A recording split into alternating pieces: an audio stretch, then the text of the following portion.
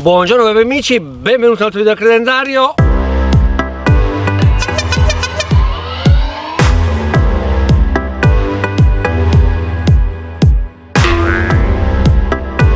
Oggi parliamo di Renault Captur versione hybrid plug-in e-tech. Ringrazio la concessionaria Alternativa che mi ha prestato questa auto e non sarà l'unica, quindi guardatemi perché ci saranno altri video su auto elettriche e plug-in, più elettriche che plug-in, delle novità della Renault, quindi seguite il mio canale e così vedrete anche le altre auto. Adesso parliamo di questa, vi do tutte le informazioni possibili, altrimenti potete andare a vedere, vi metto il link in descrizione, nel sito, e così guarderete tutto quello che vi serve che non vi ho detto io. Cosa anche molto bella, oltre al telecomando, la cosa bella che mi piace, essendo entrata appunto keyless, se noi schiacciamo ovviamente apre e chiude come la maggior parte delle auto, ma la cosa bella è che se noi ci allontaniamo senza che la chiudiamo con la mano, diciamo col dito, si chiude da sola. Infatti se voi vedete,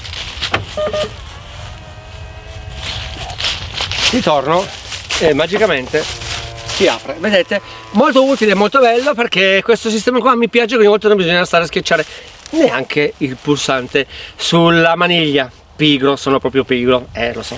Comunque vi do i dati principali e quindi si parte. Ed eccola qua, dimensioni: lunghezza 4227 mm per una larghezza di 1797 mm e un'altezza di 1576 mm. Bene, come potete vedere ha 4 freni a disco. La trovo molto accattivante questo crossover, devo dire che l'hanno rifinito veramente bene, mi piacciono un sacco i tagli dei fari dietro posteriori, poi io sono amante delle cromature anche se le stanno togliendo. Come potete vedere e-tech plug-in hybrid, infatti qua abbiamo il nostro sportellino per la ricarica che ne parleremo più tardi. Ok, mi piace anche molto questo profilo che va in questo modo qua, e anche il muso devo dire tutto sommato veramente bello, cattivello, con queste due sedali che vediamo qua che non sono, cioè sono finte ma non sono chiuse, nel senso l'aria penetra e passa. Mi piace anche molto il muso e il taglio dei fari qua. Ok, devo dire che a me tutto sommato anche il colore non dispiace, bicolore così con questo colore devo dire che non è male. Ed ecco qua il bel motore, è anche complesso, adesso vi spiego perché l'hanno veramente studiato in una maniera particolare. Motore endotermico 1600 cm3, 4 cilindri aspirato, e abbiamo due motori elettrici, una potenza combinata totale complessiva di 160 cavalli, pacco batterie da 9,8 kWh. Perché due motori elettrici? Non è un motore elettrico anteriore e un motore elettrico posteriore, ovviamente è una trazione anteriore, quindi il motore elettrico va in accoppiata con quello endotermico per spostarci e andare più forte per usufruire del massimo di cavalli, se no si sposta anche solo elettricamente. Elettricamente si sposta sempre ogni volta che noi partiamo e possiamo arrivare fino a un 135 km/h, dopodiché entrerà il motore termico, oppure se abbiamo bisogno di prestazioni anche lì schiacciando a fondo il pedale, ovviamente per dare tutta la potenza ai cavalli partirà il motore endotermico accoppiato all'elettrico. Perché due motori elettrici? Due motori elettrici semplicemente perché uno è più piccolo e va ad alimentare, diciamo a fare già da generatore al motore elettrico più grande. Ok, poi vi faccio vedere dopo, mentre guidiamo un pezzo, le varie funzioni all'interno per farvi capire. Cambio automatico 4 rapporti senza frizione, che praticamente accoppia sempre la cambiata migliore al questo 1600 anche mentre noi andiamo, quindi ci si accorge veramente quasi mai, se non ogni tanto sentiamo i giri che scendono, del motore che ha fatto la cambiata. Devo dire che è sincronizzato veramente bene. Come vi dicevo, autonomia siamo circa, andando solo in elettrico, devo dire che io facendo extraurbano sono riuscito a fare tranquillamente i 40 km senza nessun problema, andando anche oltre i 100 km/h, diciamo dai 90 ai 110. Mentre città ovviamente riusciamo ad arrivare anche oltre i 60, perché ovviamente ci fermiamo, ripartiamo e non abbiamo una velocità di punta ovviamente alta come quando siamo in extraurbano. Ok, da 0,50 ci mette 4 secondi, quindi devo dire che da un semaforo all'altro è abbastanza scattante e quindi possiamo tranquillamente liberarci dal traffico, ma quando ci saranno tutte elettriche avremo lo stesso problema. Scherzi a parte, devo dire che comunque è divertente da guidare. Internamente la possiamo vedere, doppio display, uno qui e uno situato lì, con ovviamente navigatore, tutto quello che serve.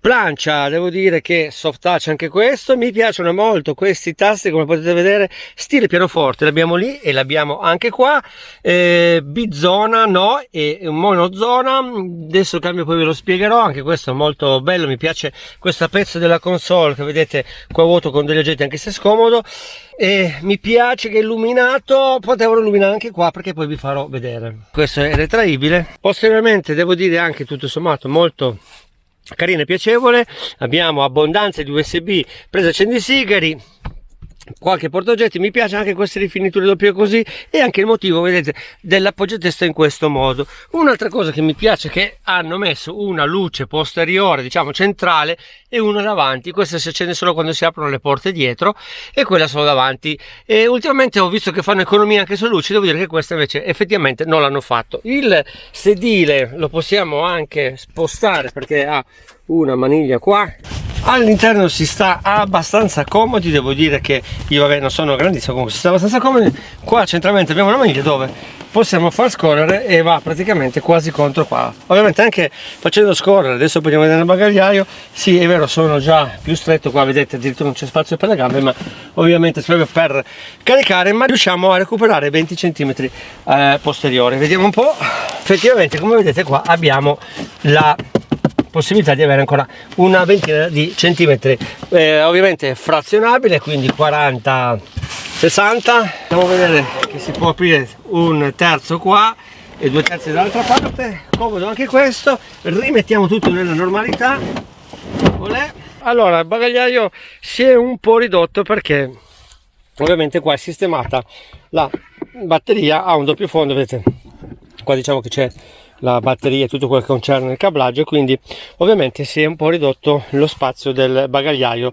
Qua abbiamo la presa di ricarica, quella di casa, quella delle colonnine, il compressorino per gonfiare e riparare la gomma in caso di guasto. Mentre parliamo di bagagliaio vi do le informazioni tecniche, quindi il volume di bagagliaio come vedete è configurato in questo modo, il classico è di 265 litri, mentre se noi lo avanziamo come abbiamo visto in precedenza arriviamo anche a 379, ovviamente con i sedili abbattuti arriviamo a 1118 litri.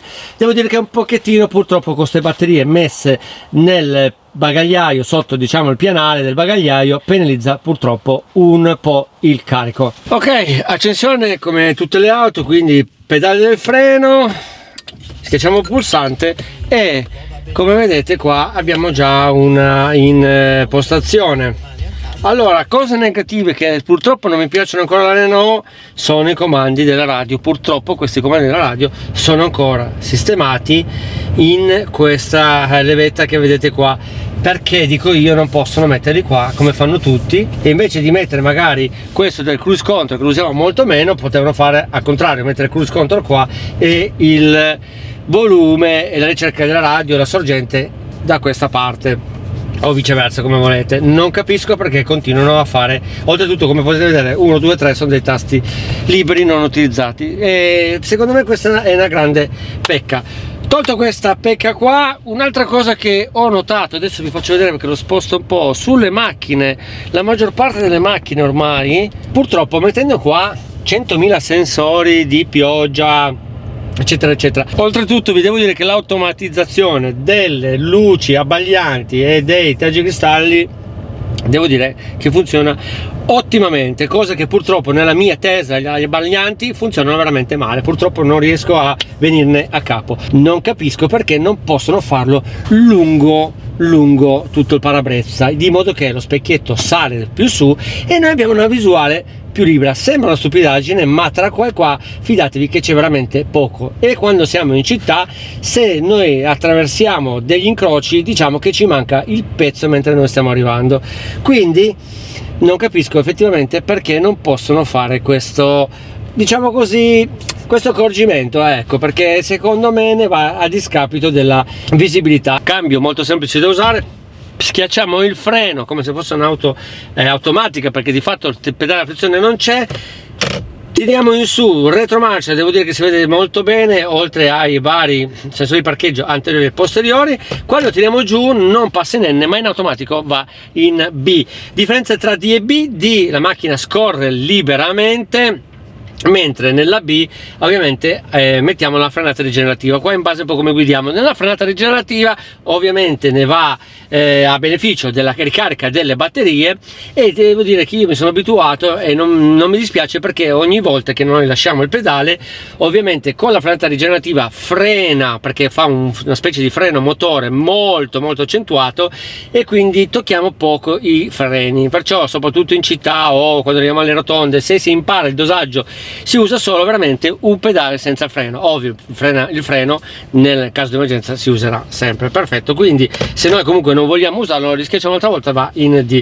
Siamo in elettrico, vi ricordo che parte solamente sempre in elettrico, e poi ovviamente in base alle esigenze entra il motore endotermico, ma parte sempre in elettrico. E in questo momento, essendo nella configurazione MySense, che lo vedete anche sul display lì, devo dire che l'auto è veramente molto silenziosa. Adesso poi provo a mettere la modalità Sport, quindi qua vi fa vedere che le batterie vanno al motore, diciamo quello elettrico più grande, dove ovviamente fa funzionare le ruote, mentre quello più piccolo, che è sistemato vicino al motore, ogni tanto si vede quando c'è poca batteria che va a dare la carica a quello grande, ok? Fa tipo da generatore, gli va a dare delle cariche per far sì che l'auto parta sempre in elettrico. Quindi noi, come vi dicevo, partiamo sempre solamente in elettrico. Ok, andiamo a cambiare l'impostazione, mettiamo Sport. Come mettiamo Sport, vedete che cambia anche il display, ogni 3 di queste configurazioni cambia, e quindi quando noi schiacciamo sentite che c'è il rumore, si sente poco. Devo dire che anche il motore endotermico, devo dire che tutto sommato è ottimo, è abbastanza insonorizzato. Le sospensioni, allora, non lo so, sembrano sì una via di mezzo, ma devo dirvi che quando si prende un dosso, secondo me è veramente tanto rigida. Io l'avrei preferito magari un po' più morbida, perché qua non lo sentite, ma quei dossi un po' più piccoli si sente proprio tanto la botta che dà agli ammortizzatori. Ok, sono ancora in Sport. Sentite il rumore del motore endotermico, ovviamente qua sfrutta tutti i 160 cavalli, devo dire che si sentono. Anche come sterzo, devo dire, tutto sommato non è male, neanche come tenuta.